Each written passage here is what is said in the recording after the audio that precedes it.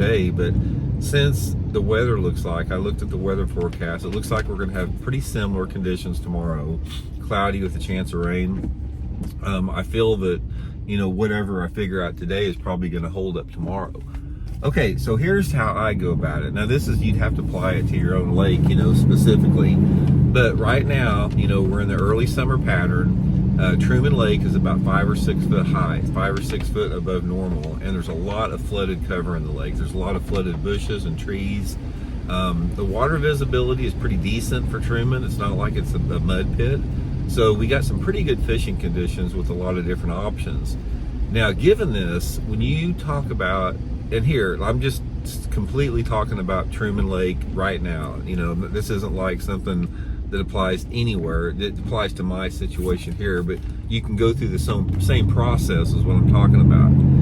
I know, since we're in an early summer time frame, that a lot of those fish want to move deeper, and a lot of those fish are probably deeper right now. So there are 2 different options in this tournament that I feel exists. Number one is fishing deeper, fishing that. In a Truman, deep is relative because it is an off-colored lake. So when you're talking about fishing deeper Truman, you're talking about like fishing points and drop-offs and, you know, stuff in anywhere between, say, 5 to 15 foot of water. That is probably going to be the best option.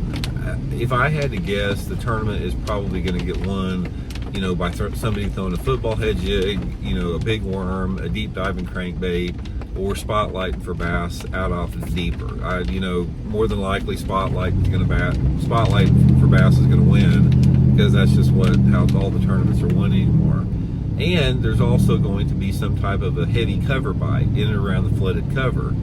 So given the fact that I can do both, I mean, I can fish deep, I can fish shallow, but the problem I have here is when you're looking for deeper fish, you're looking for spots. You're not looking to run a pattern. So I'm looking for like those 1 or 2 points that have a school of fish on it. And the odds for me, as far as in my mind, how I'm approaching it, the odds of me are a lot less, since I've got 5 hours to practice, that I'm going to run into those offshore fish, you know, where those fish are schooled up. So therefore, I'm going to commit completely to fishing the shallow flooded cover in today's practice period.